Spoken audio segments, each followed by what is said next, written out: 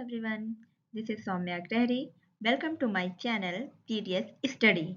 Now we are going to discuss about class 9 chapter 1 matter in our surroundings.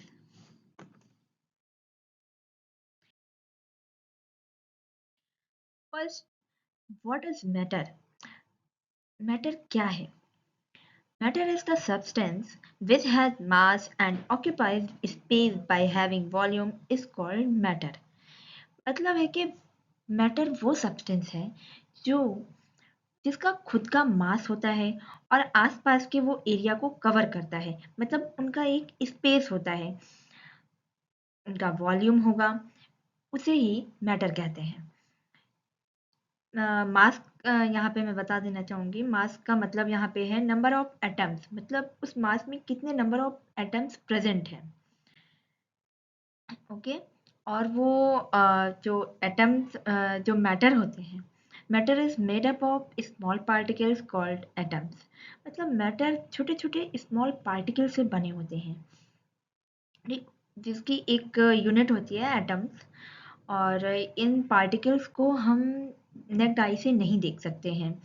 और matter is considered as living thing और non living things. या तो ये matter living में भी हो सकते हैं या नॉन लिविंग। एग्जाम्पल जैसे planet, sun, air, water, pen, notebook, star and also me. मतलब आप जहाँ पे बैठे हुए हैं, आप अपना फ़ोन यूज़ कर रहे हैं, आप जहाँ पे भी बैठे हैं, जो भी आपका मास या जो एरिया आप कवर कर रहे हैं, वो मैटर ही तो है। जैसे कि ये नोटबुक का ये नोटबुक भी छोटे छोटे पार्टिकल से बनी होगी। इन पूरे पार्टिकल्स को मैटर कहेंगे। प्लांट प्लांट भी, इनका खुद का मास होता है, स्पेस होगा।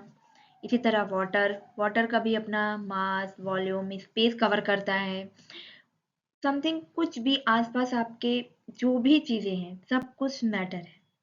सब कुछ मैटर, यहाँ तक कि प्लैनेट, सन, एयर, सभी चीज़, यहाँ आप भी खुद एक मैटर है। Next, characteristics of particles of matter. मतलब पार्टिकल जो मैटर है, मैटर की कुछ विशेषताएं होंगी, कुछ गुण होगा। First, particles of matter have space between them. मतलब जो मैटर के जो पार्टिकल होते हैं, उसमें उनके बीच स्पेस होगा। दूसरा, particles of matter are very small. जो मैटर के पार्टिकल्स हैं बहुत छोटे छोटे होते हैं। Matter particles of matter are continuously moving. जो पार्टिकल्स होंगे वो कॉन्टिन्यूसली मूव कर रहे होंगे। Particles of matter attract each other. Matter के जो भी पार्टिकल हैं वो एक दूसरे को अट्रैक्ट किए होते हैं। जैसे कि हम समझ सकते हैं सॉलिड, लिक्विड और गैस के थ्रू। सॉलिड में है क्या कि सॉलिड में जो मिनिमम जो स्पेस होता है इनके बीच के जो पार्टिकल होते हैं, पार्टिकल के बीच में जो स्पेस होगा बहुत कम होगा, मतलब ना के बराबर होगा। देख रहे हैं होंगे आप, ये इस बीकर में छोटी छोटी बॉल्स, एक पूरा मतलब इसे आप स्टोन ही समझ सकते हैं कि छोटे छोटे पार्टिकल से बने होंगे और इनके बीच बिल्कुल भी स्पेस नहीं होगा, या थोड़े होंगे, बहुत कम होंगे। और फिर नेक्स्ट हम लिक्विड में आएंगे। तो लिक्विड में जो पार्टिकल हैं, ये थोड़े बहुत स्पेस होंगे इसमें, मतलब ये इजीली मूव कर सकता है। और इसी तरह गैस में आएंगे। गैस में तो बहुत ज़्यादा स्पेस होता है इनके पार्टिकल के बीच, आप देख सकते हैं आराम से, मतलब बहुत बहुत स्पेस होगा। और नेक्स्ट हम एक्टिविटी के थ्रू समझेंगे इनकी कैरेक्टरिस्टिक्स को। First activity, particles of matter have space between them. जो भी मैटर के जो पार्टिकल हैं उनके बीच स्पेस होता है, इस एक्टिविटी के थ्रू समझेंगे। पहले तो एक 100 ml का एक बीकर लेंगे, उसे पानी से हाफ फिल करेंगे। फिर उसमें हम लेवल बना लेंगे, मार्क कर लेंगे लेवल को। और फिर इसके बाद इसमें कुछ सॉल्ट और या शुगर डिज़ोल्व करेंगे। ग्लास रॉड से या स्पून के थ्रू हम इसे थोड़ा सा हिलाएंगे, डिजॉल्व करेंगे और फिर हम इसके लेवल को चेक करेंगे। बट ये ऑब्जर्व करेंगे कि जो लेवल है उसका वो इंक्रीज नहीं हुआ है, वहीं का वहीं है। जबकि बढ़ना चाहिए था, हमने इसमें सॉल्ट और शुगर डाला था बट फिर भी ये लेवल बढ़ा नहीं।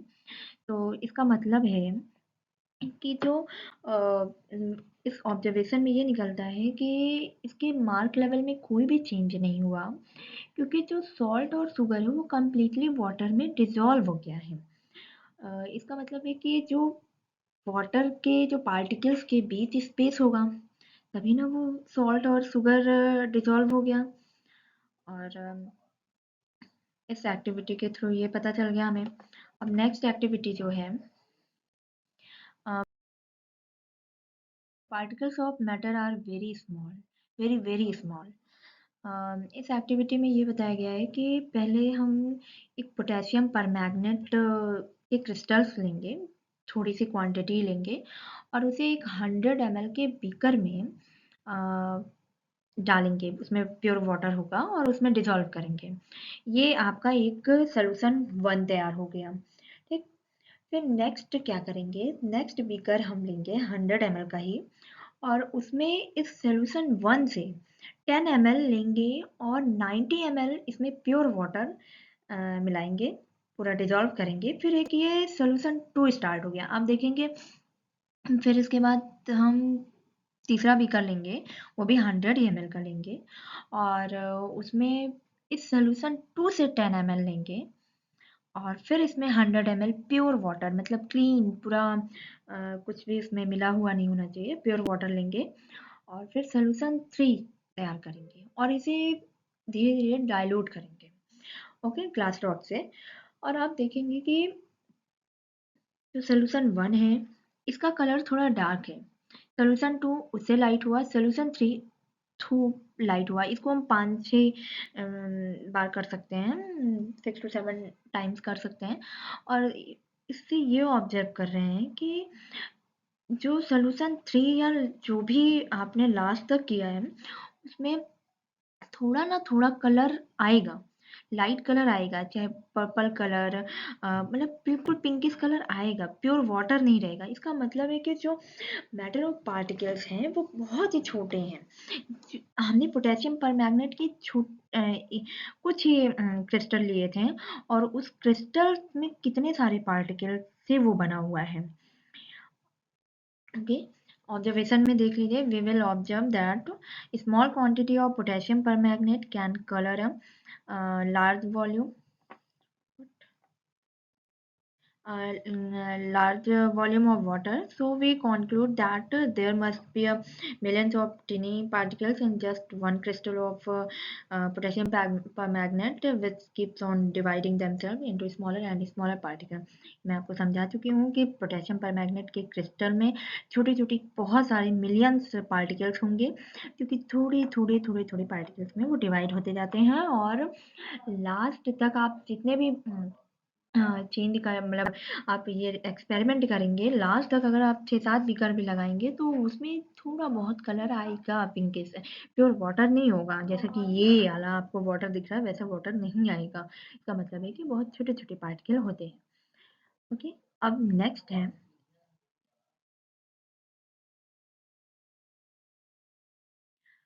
Next activity 3, particles of matter are continuously moving. मतलब जो मैटर के पार्टिकल्स हैं वो कॉन्टिन्यूअस मूव करते हैं।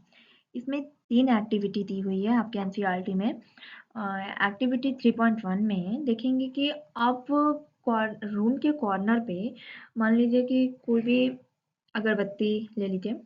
अगरबत्ती को अगर आप रूम के कॉर्नर पे ले जाके रखते हैं, उसे जलाते हैं, तो रूम बंद होना चाहिए या कुछ भी, और आप दूसरे कॉर्नर पे खड़े होंगे तो थोड़ी देर बाद जो उसकी जो फ्रेगरेंस है, जो स्मेल है, वो पूरे रूम में तेजी से फैल जाती है। ठीक, इसका मतलब है कि वो कॉन्टिन्यूअस मूव कर रहे हैं उनके पार्टिकल। फिर इसके बाद एक्टिविटी दूसरे में दिया हुआ है कि take some water in a beaker and put a drop of blue or red ink slowly along the sides of beaker। मतलब आप एक बीकर लीजिए, उसमें वाटर डालिए और फिर इसके बाद उसमें आप ब्लू या रेड इंक के ड्रॉप डालिए किनारे से। और थोड़ी देर बाद आप देखेंगे कि वो इंक जो होता है वो पूरे भी वाटर में इवनली स्प्रेड्स हो चुका होता है। बिकॉज जो पार्टिकल्स का जो पार्टिकल्स हैं वो कॉन्टिन्यूअस मूव कर रहे हैं, उनके मूवमेंट के कारण ऐसा हो रहा है। फिर एक्टिविटी 3 में क्या होता है कि drop a crystal of copper sulphate और potassium permanganate into a glass of hot water and another containing cold water. मतलब आप एक बीकर लेंगे, ग्लास लेंगे, उसमें एक हॉट वाटर रखेंगे, दूसरे में कोल्ड वाटर रखेंगे। ओके, उसमें हम कॉपर सल्फेट या पोटेशियम परमैंगनेट के कुछ क्रिस्टल्स डालेंगे। ठीक, उसको आप स्टर मत करना, बस रख देना।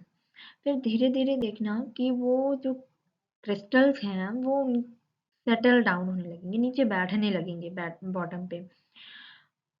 आपने ऊपर से डाला बट नीचे बैठ रहे हैं, इसका मतलब है कि उसके पार्टिकल्स मूव कर रहे हैं। जैसे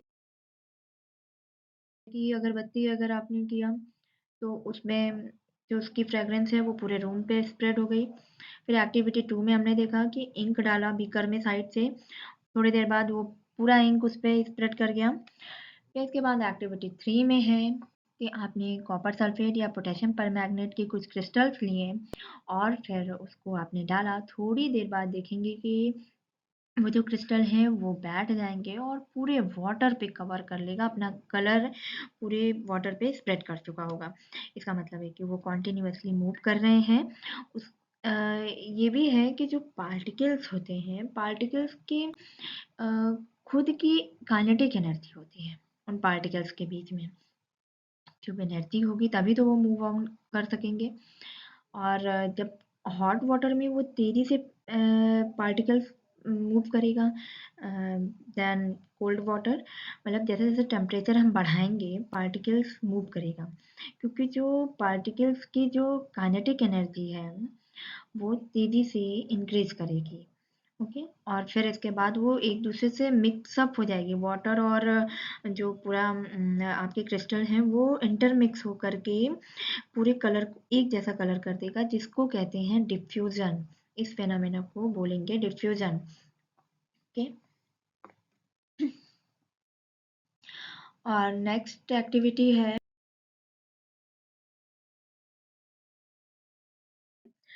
particles of matter attract each other. If we take a piece of chalk, आप चौक का टुकड़ा लेंगे, क्यूब ऑफ आइस, आइस की क्यूब लेंगे एंड एन आयरन नेल। फिर उस आयरन के नेल या टुकड़े आयरन के जो लोहे से बने हुए हो, फिर उसे हैमर से हम बीट करेंगे, उसे थोड़ा से तोड़ेंगे। तो इसमें ये देखेंगे कि जो चॉक के पीस हैं वो बहुत ही इजीली ब्रेक हो जाते हैं छोटे छोटे स्मॉल पार्टिकल्स में। और जबकि क्यूब जो है आइस कम, वो थोड़ा सा उसमें ज़्यादा फोर्स लगेगा कंपैरिजन टू चॉक के। और फिर नेक्स्ट जो आयरन नेल्स हैं वो बिल्कुल नहीं, यानी कि थोड़ा सा ही टूटेगा या बिल्कुल भी नहीं ब्रेक होगी, उसमें बहुत फोर्स लगेगा। इससे ये ऑब्जर्वेशन हम लोगों ने यही किया कि जो चॉक के पार्टिकल्स के बीच जो फोर्स ऑफ अट्रैक्शन है बहुत ही वीक होते हैं। ठीक, फिर इसके बाद जो आइस के पार्टिकल के बीच जो फोर्स ऑफ अट्रैक्शन है थोड़ा सा स्ट्रांग हुआ चौक के तुलना में देखेंगे तो। फिर whereas the force of attraction between the particles of iron nail is very strong, जो आयरन के टुकड़े के पार्टिकल के बीच जो फोर्स ऑफ अट्रैक्शन है वो बहुत स्ट्रांग है, तभी तो वो ब्रेक नहीं हो रहा है। इससे कॉन्क्लूजन निकलता है कि जो सॉलिड मैटर के जो पार्टिकल होते हैं उसमें जो फोर्स ऑफ अट्रैक्शन होगा वो बहुत मैक्सिमम रहेगा। जबकि गैस मैटर के जो पार्टिकल होंगे उसमें बहुत ही कम फोर्स ऑफ अट्रैक्शन होगा। आपने देखा होगा, पहले मैंने बताया कि जो सॉलिड मैटर है उनके जो पार्टिकल के बीच में जो गैप है बहुत ही कम है, ना के बराबर है। इसका मतलब है कि जो उसमें फ़ोर्स ऑफ अट्रैक्शन है वो बहुत पास-पास है। पार्टिकल पास-पास है, इसका मतलब फ़ोर्स ऑफ अट्रैक्शन बहुत ज़्यादा है। और गैस मैटर में पार्टिकल बहुत दूर-दूर है। तो उनके जो बीच में फोर्स ऑफ अट्रैक्शन है बहुत ही कम होगा। फिर इसके बाद है नेक्स्ट स्टेट ऑफ मैटर। अब मैटर का स्टेट भी होगा, मतलब उसके फॉर्म, मतलब वो मैटर सॉलिड में भी हो सकता है, लिक्विड में भी हो सकता है, गैस में भी हो सकता है। तो पहले हम सॉलिड के बारे में पढ़ेंगे। सबकी अपनी अपनी प्रॉपर्टीज होती हैं, जैसे सॉलिड की अपनी हो गई, लिक्विड की, गैस की, ठीक, तभी तो डिवाइड किया गया है, कुछ ना कुछ तो अपनी अपनी प्रॉपर्टी होगी। तो सॉलिड के बारे में बताते हैं। सॉलिड सॉलिड जो मैटर है वो उसके हैविंग ये matter having fixed shape and volume are called solid. मतलब सॉलिड का खुद का फिक्स शेप होगा, उसको आप चेंज नहीं कर सकते। फिक्स्ड शेप एंड वॉल्यूम, उसे ही सॉलिड कहते हैं। जैसे आइस हो गया, स्टोन, वुड, ब्रिक्स। आप स्टोन का खुद का शेप होगा, एकदम खुद का क्या फिक्स शेप होगा, और वॉल्यूम भी फिक्स होगा उसका। फिर हाँ, और सॉलिड के जो पार्टिकल होते हैं उसमें काइनेटिक एनर्जी बहुत कम होगी, क्योंकि उनके जो पार्टिकल के बीच में गैप बहुत कम होता है। जब गैप कम होगा, वो बंधे होंगे, एक दूसरे से अट्रैक्ट किए होंगे, इसका मतलब है कि इसमें काइनेटिक एनर्जी बहुत ही कम होगा, वो मूव नहीं कर सकते हैं, एक ऑर्डर में अरेंज रहेंगे, they generally arrange in manner. Okay, the force of attraction is maximum among them. इनके बीच में जो फोर्स ऑफ अट्रैक्शन होगा बहुत ज़्यादा होगा, मैक्सिमम होगा। लेस और नो स्पेस बिटवीन देम। इनके पार्टिकल्स के बीच में बिल्कुल भी स्पेस नहीं होगा या बहुत कम होगा। कांट बी कंप्रेस, इसे आप कंप्रेस या फिर उसमें आप प्रेशर नहीं कर लगा सकते हैं, या वो कंप्रेस नहीं होगा, जो उनका शेप है, जो वॉल्यूम है, वही रहेगा। ओके, इसकी प्रॉपर्टीज जो मेन है वो यही है, they have specific shape, they have volume, they have distinct boundaries that is not that is can't flow hence result. मतलब ये फ्लो नहीं कर सकते हैं, इनकी एक डिस्टिंक्ट बाउंड्रीज होगी, और ये रिजिड होते हैं, मतलब ठोस होंगे। जैसे कि स्टोन है, तो स्टोन का तो एक रिजिड ही है, वो फ्लो कहाँ करते हैं, उनकी खुद स्पेसिफिक शेप है, वॉल्यूम है फिक्स। ओके, और नेक्स्ट लिक्विड। लिक्विड लिक्विड भी कुछ सॉलिड जैसा ही है, बट कुछ चेंज हो जाएगा स्टार्ट, जैसे कि मैटर्स हैविंग फिक्स्ड वॉल्यूम, बस इसका वॉल्यूम फिक्स्ड होगा। मतलब आप कितना उसका वॉल्यूम है वो फिक्स होगा, बट शेप उसका फिक्स नहीं होगा, indefinite shape are called liquids. जैसे आपने एक बॉटल में पानी भर के रखा है, और तब तक उसका आप देखेंगे वॉल्यूम फिक्स है, क्योंकि वो वाटर में जितना भी वाटर है वो तो फिक्स है कि आपने इतना वाटर लिया है। मान लीजिए 10 ml या 50 ml, कुछ भी लिया वो तो फिक्स है। बट जैसे ही आप बॉटल का कैप खोल के उसे बाहर भगाएंगे, पानी को फेंकेंगे, तो उसका शेप कुछ और हो चुका होगा। मतलब शेप बॉटल में तो बॉटल जैसे वो फिक्स्ड है, बट कैप जैसे ही हमने खोला, आसपास के वो एरिया को कवर करके फैल गया, तो इसका शेप तो कुछ भी नहीं हो सकता, इंडेफिनेट शेप है। Example, water, oil, milk, juice, बाकी जो भी आपको लिक्विड फॉर्म में मिले वो सब लिक्विड है। फिर इसके बाद the force of attraction in liquid is less than in solid. मतलब जो लिक्विड में जो फोर्स ऑफ अट्रैक्शन है वो सॉलिड के कंपैरिजन में बहुत ही कम होगा। ओके, क्योंकि इनके पार्टिकल सॉलिड की तुलना में थोड़े थोड़े दूर दूर होते हैं, थोड़े दूर होते हैं। जैसे ये देख रहे हैं आप, एक मैनर में अरेंज नहीं होगा, थोड़े स्पेस होगा इनके बीच में, और ये इजीली फ्लो कर सकते हैं, ठीक। और जो लिक्विड के पार्टिकल्स होते हैं इसमें काइनेटिक एनर्जी भी ज़्यादा होगा। फोर्स ऑफ अट्रैक्शन अगर इसमें कम है तो इसका मतलब है कि एनर्जी ज़्यादा होगा, ये तो इन्वर्सली प्रोपोर्शनल है फोर्स एनर्जी के, ठीक। ये सॉलिड की तुलना में हो गया। अब इसकी जो प्रॉपर्टी है यही है, दे हैव फिक्स्ड वॉल्यूम, इसका वॉल्यूम फिक्स्ड होगा। इंडेफिनिट शेप, शेप इनका कोई शेप नहीं होता इनका। कांट बी कंप्रेस, इन्हें ज़्यादा कंप्रेस नहीं कर सकते हैं आप, ये बहुत ज़्यादा कर दें, मतलब सॉलिड की तुलना में थोड़ा कर सकते हैं, बट गैस के कंपैरिजन में बहुत कम कर सकते हैं, ठीक। अब नेक्स्ट है gas. Matter which have indefinite shape and volume, या गैस का कोई भी इंडेफिनिट, ये इंडेफिनिट शेप एंड वॉल्यूम होते हैं, मतलब इनका कोई भी शेप नहीं है, कोई भी वॉल्यूम नहीं है, उसे ही गैस बोलेंगे। जैसे कि वाटर वेपर, एयर, गैस। हमारे चारों तरफ एयर है, उसका कोई शेप होता है या वॉल्यूम है? कुछ भी नहीं है। तो इनका जो शेप होगा इंडेफिनिट होगा और वॉल्यूम भी फिक्स नहीं होता, ठीक। और जो गैस के पार्टिकल्स होते हैं, मैं स्टार्टिंग से बता रही हूँ कि इन तीनों के जो पार्टिकल्स के बीच में सारी एक्टिविटी इन्हीं पे ही बेस है, और उसी से ही जो कॉन्क्लूजन निकला उसी से ही प्रॉपर्टी निकली है। सब एक दूसरे से कोरिलेट है, ओके, बहुत ध्यान से पढ़ना। और the particles of gases have the least और almost no force of attraction between them. मतलब जो गैस के पार्टिकल्स हैं, जैसे ये पार्टिकल्स हैं, ये हैं, बहुत दूर दूर हैं। तो जब दूर होगा तो इसका मतलब इनमें फोर्स ऑफ अट्रैक्शन कहाँ है? नहीं होगा या बहुत ही कम होगा। अब फोर्स ऑफ अट्रैक्शन अगर कम है या ना के बराबर है, इसका मतलब है कि काइनेटिक एनर्जी जो है बहुत ज़्यादा है, तभी तो ये मूव कर रहा है। इसमें एनर्जी होगी तभी तो मूव कर रहा है, क्योंकि इन्हें अट्रैक्ट करने के लिए कोई भी चीज़ नहीं है पास में, तो इसलिए इधर उधर भागेंगे वो। एक इनके बीच में स्पेस बहुत होगा और ये मतलब किसी भी डायरेक्शन में फ्रीली मूव कर सकते हैं, ओके। अब इनकी प्रॉपर्टी क्या होगी? They do not have a fixed volume, volume इनका फिक्स नहीं है, शेप फिक्स नहीं है, और इन्हें कंप्रेस कर सकते हैं। अगर कोई गैस की बॉटल है या गैस का आपने कोई भी चीज़ देखा होगा जिसमें गैस भरी, तो मतलब सॉलिड से नहीं भरी हो, वो प्लास्टिक की हो, अगर उसमें गैस भरा है तो आप उसे देखेंगे, आप उसे कंप्रेस कर सकते हैं। कंप्रेस कर सकते हैं ना, जैसे कि गैस जब साइकिल में भरी जाती है तो क्या होता है, हम उसे कंप्रेस करते हैं ना, दबाते हैं, तभी तो वो भरी जाती है। तो इसका मतलब उसे दबा सकते हैं। सॉलिड को तो आप दबा नहीं सकते, लिक्विड को हल्का दबा सकते हैं, गैस को बहुत ज़्यादा कंप्रेस कर सकते हैं, ओके। अब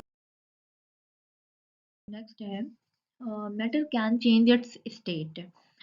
क्या मैटर अपनी स्टेट को चेंज कर सकता है? हाँ, बिल्कुल।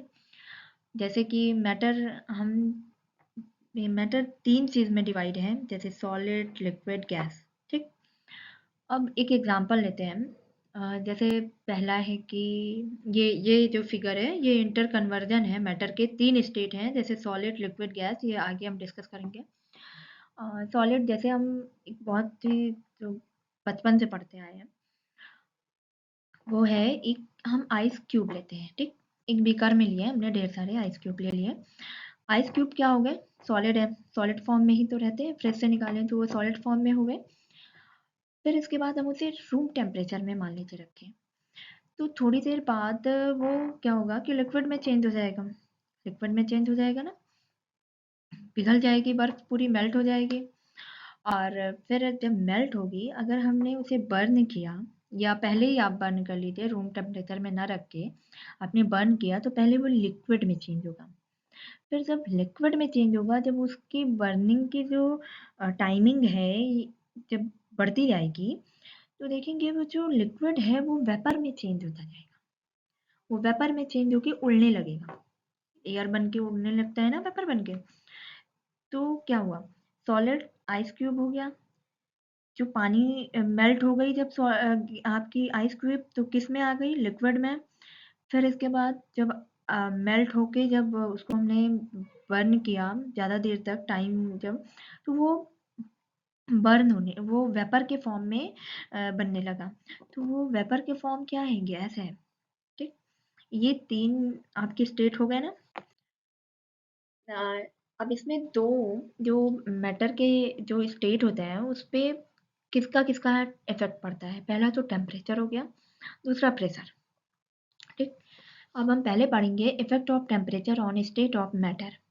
मतलब पहले क्या है, अभी हमने आपको बताया वही है, लिखा हुआ है। Solid change into liquid with increase in temperature. मतलब जब अगर आपने सॉलिड में टेम्परेचर इंक्रीज किया तो वो लिक्विड में चेंज हुआ।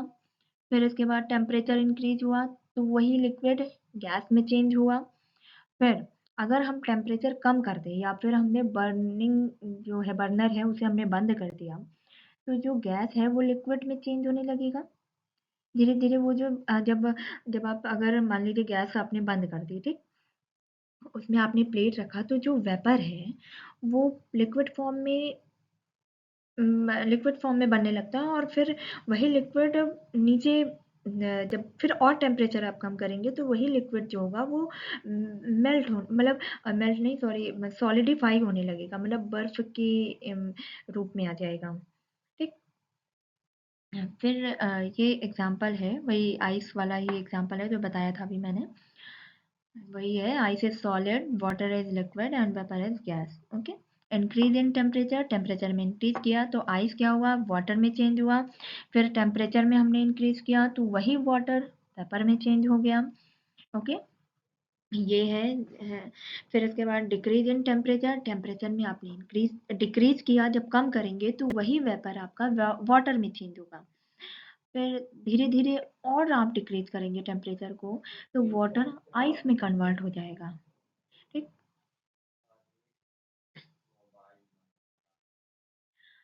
नेक्स्ट है सॉलिड। अब सबके बारे में एक एक अपना सॉलिड लिक्विड गैस के बारे में पढ़ेंगे। इनकी प्रॉपर्टी स्टेट में क्या क्या है, मतलब मैटर ऑफ स्टेट क्या क्या में है उसके बारे में पढ़ेंगे। तो पहले के as we heat solid, the kinetic energy between the particles of solid increases, which decreases the force of attraction between them। मतलब जो सॉलिड को अगर हमने हीट किया तो जो सॉलिड के पार्टिकल्स हैं उनके बीच में जो काइनेटिक एनर्जी है वो इंक्रीज हो गई। जब इंक्रीज होगी तो फोर्स ऑफ अट्रैक्शन उनके बीच जो है कम है। मतलब अगर हमने आइस को आइस को हमने गरम करना शुरू किया, उसे हीट देना शुरू किया, तो क्या होगा, जो उनके बीच के पार्टिकल होंगे वो वाइब्रेट होने लगेंगे, वाइब्रेट करना स्टार्ट करेंगे और अपनी पोजीशन को चेंज करने लगेंगे। मतलब अगर चेंज करेंगे तो इसका मतलब है कि उनमें फोर्स ऑफ अट्रैक्शन धीरे धीरे कम हो रहा है। जब वो पार्टिकल दूर जाएंगे तो उनका फोर्स ऑफ अट्रैक्शन कम होगा, काइनेटिक एनर्जी बढ़ेगी, अपनी पोजीशन को चेंज करेंगे और फिर वो फ्रीली क्या होंगे कि लिक्विड में चेंज हो जाएंगे, फ्री हो जाएंगे और लिक्विड में चेंज हो जाएंगे, थोड़ा थोड़ा दूर जाएंगे। ठीक। अब इसमें कुछ डेफिनेशन है जो कि बहुत इंपॉर्टेंट है। पहला है कि melting point, the minimum temperature at which a solid melts to become a liquid at the atmospheric pressure is called its melting point। तो द मिनिमम टेम्परेचर जिस पर सॉलिड लिक्विड में बदल जाए, सॉलिड मेल्ट होकर के लिक्विड में बन जाए एटमॉस्फेरिक प्रेशर पे, उसे मेल्टिंग पॉइंट बोलते हैं। हमारे चारों तरफ एटमॉस्फेरिक प्रेशर लग रहा होता है, हर चीज़ में एटमॉस्फेरिक प्रेशर लगेगा और उस एटमॉस्फेरिक प्रेशर पे और मिनिमम टेम्परेचर पे जब कोई सॉलिड मेल्ट होकर के लिक्विड में चेंज होता है तो उस पॉइंट को क्या बोलते हैं, मेल्टिंग पॉइंट। जैसे कि आइस का मेल्टिंग पॉइंट क्या होगा, 273.16 केल्विन होगा ना। हम इसको डिग्री ऐसा करेंगे, एक वीडियो बना देंगे जिसमें कि डिग्री सेंटीग्रेड और केल्विन में चेंज का कुछ फॉर्मूला होता है, उसको बताएंगे। चलिए यहीं पे बता देती हूँ क्या होगा कि मान लीजिए सेल्सियस को अगर केल्विन में चेंज करना है, अगर असल में केल्विन को अगर सेल्सियस को आपने केल्विन में चेंज किया तो इसका formula K is equal two degree centigrade 273.16। Okay. यहाँ पे आप डिग्री सेंटीग्रेड की या केल्विन की वैल्यू आप यहाँ रखेंगे तो डिग्री सेंटीग्रेड की वैल्यू निकल आएगी। ठीक है। और क्या होगा, आइस का मेल्टिंग पॉइंट 0 डिग्री सेंटीग्रेड होगा ना। और फिर अगर फॉरेन हाइट में चेंज करना है, मैं एक वीडियो बनाऊंगी उसमें आप देख लीजिएगा। मान लीजिए फॉरेन हाइट में आपको चेंज करना है सेल्सियस को, तो ये है फॉर्मूला। ठीक। बहुत स्लो चल रहा है। और 32 ऐड करेंगे, इसका डेरिवेशन मैं बता दूंगी कैसे होता है। ठीक। ये हो गया। अब इसके बाद यानी कि फ़ारेनहाइट की वैल्यू आप रखेंगे या सेल्सियस की value. Fahrenheit is equal two degree centigrade और उस ब्रैकेट में 9/5 प्लस 32। ठीक, इसके थ्रू आप निकाल सकते हैं। और नेक्स्ट है fusion. The process of melting a solid into a liquid is called fusion. मतलब जो ये प्रोसेस हो रहा है मेल्टिंग पॉइंट का या मेल्ट हो रहा है लिक्विड, ये जो मेल्टिंग का प्रोसेस है जो सॉलिड लिक्विड में चेंज हो रहा है उस पूरे प्रोसेस को क्या बोलते हैं? फ्यूजन बोलेंगे। ठीक। अब लैटेंट हीट। लैटेंट हीट क्या होती है? अच्छा, जब कोई चीज़ हम कोई काम कर रहे होते हैं तो या तो उसमें एनर्जी लगती है या फिर एनर्जी निकलती है।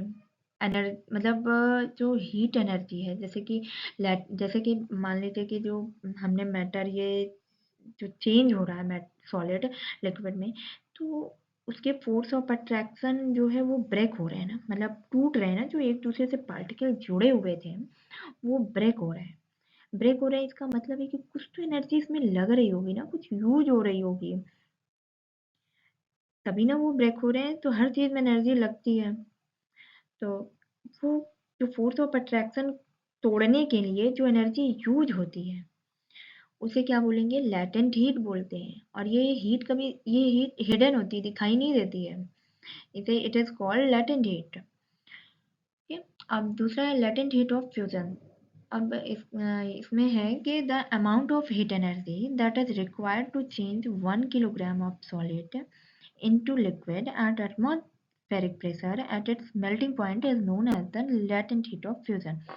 मतलब कि एक मान लीजिए 1 किलोग्राम सॉलिड है, उसको लिक्विड में चेंज करने के लिए जितनी भी हीट एनर्जी का अमाउंट लग रहा है, मतलब जितनी रिक्वायर है कि एक सॉलिड के 1 किलोग्राम को लिक्विड में चेंज करने के लिए कितनी हीट एनर्जी लगेगी एटमॉस्फेरिक प्रेशर और इसके मेल्टिंग पॉइंट पे, जितनी एनर्जी की रिक्वायरमेंट होगी उस प्रोसेस को ही लेटेंट हीट ऑफ फ्यूजन बोलते हैं। ठीक, समझ में आ गया ना? मेल्टिंग पॉइंट क्या है? द मिनिमम टेम्परेचर जिस पर सॉलिड मेल्ट होकर के लिक्विड में चेंज होता है एटमॉस्फेरिक प्रेशर पे, उसे मेल्टिंग पॉइंट कहेंगे। फ्यूजन मेल्टिंग का प्रोसेस, जो मतलब ये प्रोसेस हो रहा है मेल्ट होने का, जो सॉलिड लिक्विड में चेंज होगा उसे फ्यूजन बोलेंगे। और लेटेंट हीट मतलब कि जो पार्टिकल्स मैटर के जो पार्टिकल्स के बीच जो फोर्स ऑफ अट्रैक्शन को ब्रेक करने के लिए जितनी भी हीट एनर्जी जो यूज होती है उसे लेटेंट हीट कहते हैं। ये लेटेंट हीट हिडन होती है। और लेटेंट हीट ऑफ फ्यूजन, इसका मतलब कि सॉलिड की 1 किलोग्राम को लिक्विड में चेंज करने के लिए जितनी हीट एनर्जी की रिक्वायरमेंट होगी, इसके एटमॉस्फेरिक प्रेशर पे और इसके मेल्टिंग पॉइंट पे जितनी हीट एनर्जी की अमाउंट की रिक्वायरमेंट होगी उसे ही हम लेटेंट हीट ऑफ फ्यूजन बोलेंगे। ये नेक्स्ट लिक्विड। लिक्विड के केस में क्या होता है कि in case of liquid kinetic energy of particles of liquid increases, the force of attraction among them decreases and they start moving freely। मतलब कि लिक्विड के केस में होता क्या है कि जो लिक्विड के पार्टिकल्स के जो बीच काइनेटिक एनर्जी है वो इंक्रीज होने लगेगी, थोड़ा सा तो मतलब लूज रहेगी ना सॉलिड के कंपैरिजन में, क्योंकि उनके पार्टिकल जो है वो थोड़े दूर होंगे। तो जब दूर होंगे तो काइनेटिक एनर्जी इंक्रीज करेगी और फोर्स ऑफ अट्रैक्शन उनके बीच कम होगा, तो वो फ्रीली मूव कर सकते हैं। और इसमें लिक्विड जो है वो बॉइलिंग पॉइंट है। Boiling point the temperature at विच, मतलब वो टेम्परेचर जिस पर लिक्विड किसी एटमॉस्फेरिक प्रेशर पे जब बॉईल करना स्टार्ट करता है उसे बॉइलिंग पॉइंट कहते हैं। मतलब जिस भी टेम्परेचर पे एटमॉस्फेरिक प्रेशर पे जब लिक्विड बॉईल करना स्टार्ट करता है उसे क्या बोलते हैं? Boiling point. वाटर का बॉइलिंग पॉइंट कितना होगा? 373 केल्विन, 373 केल्विन। ठीक, 100 डिग्री सेंटीग्रेड उसी पे ही तो बॉईल करता है पानी। और फिर next latent heat of vaporization, मतलब the amount of heat energy required to change 1 kilogram of liquid into a gas at atmospheric pressure at its boiling point is known as the latent heat of vaporization। मतलब liquid के 1 kilogram को gas में change करने के लिए जितनी भी heat energy की रिक्वायरमेंट होगी वो क्या कहलाएगा? Latent heat of vaporisation, but atmospheric pressure same होना चाहिए और इसके बॉइलिंग पॉइंट पे ही, ठीक। उसे क्या कहेंगे हम? Latent heat of vaporisation. Okay. अब गैस, गैस में the kinetic energy between the particles decreases and they turn into a liquid state. होता क्या है कि जो पहले तो जो गैस है, गैस के पार्टिकल के बीच नंबर ऑफ जो पार्टिकल्स हैं वो काफ़ी दूर दूर होंगे, और उसमें काइनेटिक एनर्जी क्या होगी? ज़्यादा होगी, बहुत होगी, ज़्यादा होगी। जब हमने अगर बर्न करना बंद कर दिया, तो जो उनके पार्ट काइनेटिक एनर्जी है वो डिक्रीज होने लगेगी। मतलब जब हमने बर्न ही नहीं किया, मतलब बंद कर दिया, तो जो उनके पार्टिकल्स है वो मूव करना धीरे धीरे बंद करेंगे और काइनेटिक एनर्जी उनकी डाउन होगी और लिक्विड स्टेट में वो चेंज हो जाएंगे। ओके।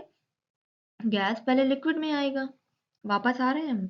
और ये कंडेंसेशन, इसका एक डेफिनेशन है, कंडेंसेशन इसमें होता है, मतलब वो प्रोसेस गैस का जो लिक्विड में चेंज हो जाए जिस भी टेम्परेचर पे, कूल करने पे जब वो टेम्परेचर वो जब वो लिक्विड में चेंज हो जाए तो उसे कंडेंसेशन कहते हैं।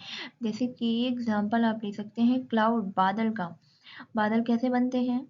अर्थ से वाटर वेपर के रूप में ऊपर जाएगा, फिर इसके बाद बारिश होगी, फिर यहाँ से सॉलिडिफाई, फिर मेल्ट हुआ, फिर वो वाटर वेपर के फॉर्म में उनका कंडेंसेशन होगा। इस तरह ही तो क्लाउड बनते हैं। ये एग्जांपल यही है, ठीक। अब ऐसे भी देख सकते हैं कि एक बीकर अगर आप लेते हैं उसको, मान लीजिए कि आपने बंद कर दिया, ऊपर ढक्कन लगा दिया, और फिर उसमें आइस क्यूब है, गैस जल रही है, बर्नर है, जल रहा है, ठीक है। और इसके बाद आपने क्या किया, तो वो पहले आइस मेल्ट होकर लिक्विड में चेंज हुई, फिर वही लिक्विड गैस में वाटर वेपर के रूप में ऊपर जो आपने ढका है ढक्कन से उस पे होगा, उससे टकराएगा जब ढक्कन से, तो फिर उससे देखेंगे पानी लगा होता है ना, काफ़ी लग जाएगा। जब वाटर वेपर के फॉर्म में ऊपर उठेगा तो वो जब आप ढक्कन हटाएंगे तो उसमें खूब सारा पानी लगा होगा, तो वही वाटर वेपर पानी में चेंज होगा। फिर वो देखेंगे बूंदे गिरने लगती हैं ऐसे ऐसे, फिर वो किस में होगा? फिर बूंद में आएगा। आप गैस बंद करेंगे, लिक्विड में चेंज होने के बाद फिर वो किस में आएगा? सॉलिडिफाई हो जाएगा, फिर से वो आइस में चेंज हो जाएगा। इसी तरह ही क्लाउड भी बनते हैं। अब नेक्स्ट है effect of pressure on state of matter. अब मैटर की स्टेट पर प्रेशर का क्या इफेक्ट है? सिंपल है, solid, there is no effect of pressure on solid. Solid पे कोई भी प्रेशर नहीं लगता है, कोई भी इफेक्ट नहीं होगा। आप स्टोन पे कोई प्रेशर डाल सकते हैं, उसे दबा सकते हैं? नहीं ना। ये मैंने पहले भी बताया है कि मतलब इसका ये मतलब हुआ कि आप उसे कंप्रेस नहीं कर सकते। Solids are non-compressible. That is, solid cannot be compressed as there is no space between their particles which could allow compression. क्योंकि इनके जो पार्टिकल्स होते हैं उनके बीच बिल्कुल भी स्पेस नहीं होता है, तो उसे कंप्रेशन आप नहीं कर सकते हैं। But on increase the pressure, हाँ ये हो सकता है कि अगर आपने उसे प्रेशर बहुत लगाया तो वो पत्थर टूट भी जाएगा। तो it is deformed and finally broken. Okay. Next liquid. Liquid में जो है वो there is no effect on pressure on liquid. Liquid पर भी प्रेशर का कोई इफेक्ट नहीं पड़ता है, नॉन कॉम्प्रेसिबल होगा, that is liquid can not be compressed. इसका मतलब ये हुआ कि इनके बीच भी जो पार्टिकल होंगे बहुत थोड़ा बहुत स्पेस होता है, और जो कि वो कंप्रेस हो जाए, ठीक, थोड़ा बहुत स्पेस रहेगा, ज़्यादा नहीं रहता है, लेकिन सॉलिड के कंपैरिजन में स्पेस होगा। ओके। अब इसके बाद next gas. The volume of gas, जो गैस का वॉल्यूम होगा वो डिक्रीज होगा। प्रेशर आप इंक्रीज करेंगे तो गैस का वॉल्यूम डिक्रीज होगा। मतलब अगर आपने किसी बैग में गैस भरी है और आपने ऊपर से उसको दबा के रखा है, उस पे आपने उसे दबाया है, प्रेशर डाल रहे हैं, इंक्रीज कर रहे हैं, प्रेशर हाथ लगा दिया या दबा रहे हैं, तो क्या होगा? गैस का वॉल्यूम जो है वो डिक्रीज होगा, वो जो साइज उसका होगा वो डिक्रीज होने लगेगा ना, यही है।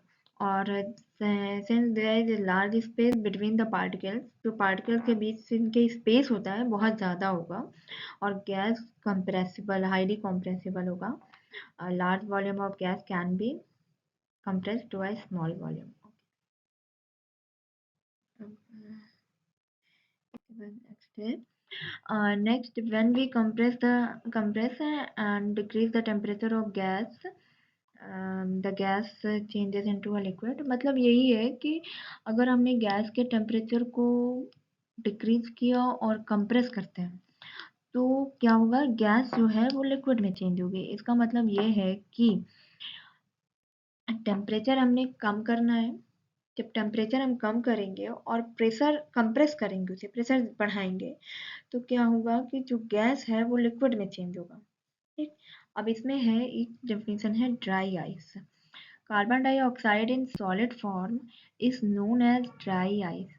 ये आपको पता होना चाहिए कि जो कार्बन डाइऑक्साइड सॉलिड फॉर्म में होता है उसे ड्राई आइस कहते हैं। मतलब जो ये आइस है उसमें कार्बन डाइऑक्साइड होगा। ठीक, जो सॉलिड फॉर्म में कार्बन डाइऑक्साइड ड्राई आइस होगा। ठीक, और it can directly turn into a gas by decreasing the pressure to 1 atmosphere. मतलब इसको अगर चेंज करना है गैस में, ये ड्राई आइस को अगर हम गैस में चेंज करेंगे तो प्रेशर हम डिक्रीज करेंगे। ठीक, प्रेशर हम डिक्रीज करेंगे, टेम्परेचर बढ़ाएंगे। तो ओके, 1 एटमॉस्फेयर होता है इसका जो एटमॉस्फेरिक प्रेशर होगा। और फिर इवेपोरेशन। इवेपोरेशन में है the phenomena of a change of a liquid into vapors at any given temperature below its boiling point is called evaporation। मतलब जो लिक्विड को हम वेपर में चेंज करेंगे किसी भी टेम्परेचर पे, किसी भी टेम्परेचर पे जब हम लिक्विड को वेपर में चेंज करेंगे इसके बॉइलिंग पॉइंट से नीचे, मतलब मान लीजिए कि बॉइलिंग पॉइंट कितना होता है 100 डिग्री सेंटीग्रेड, हमने 80 90 100 80 90 समथिंग कुछ भी टेम्परेचर लेंगे 100 से कम, बॉइलिंग पॉइंट से कम, तो क्या होगा, कोई भी लिक्विड लेंगे, ये वाटर का बॉइलिंग पॉइंट है 100 डिग्री सेंटीग्रेड। ओके, सबका अलग अलग होगा। तो जब हम लिक्विड को चेंज करेंगे वेपर में तो जो ये जो चेंजमेंट हो रहा है, जो ये फेनोमेना है, इसे ही हम बोलेंगे इवेपोरेशन। ओके, हो गया। आपका ये चैप्टर कंप्लीट हो गया है। अगर कोई डाउट हो मुझे कमेंट सेक्शन में आप ज़रूर लिखें। और मैंने आपसे बताया कि मैं ये जो फॉर्मूला है चेंज करने का, जैसे कि सेल्सियस को केल्विन में या सेल्सियस से फ़ारेनहाइट में कैसे चेंज करते हैं, इसका वीडियो जल्दी बना के डालूँगी। कोई भी डाउट हो आप मुझे बताइए, मैं फिर से पढ़ाऊँगी। Okay, thank you. और मेरे चैनल को सब्सक्राइब, कमेंट, शेयर, लाइक ज़रूर करें। Thank you.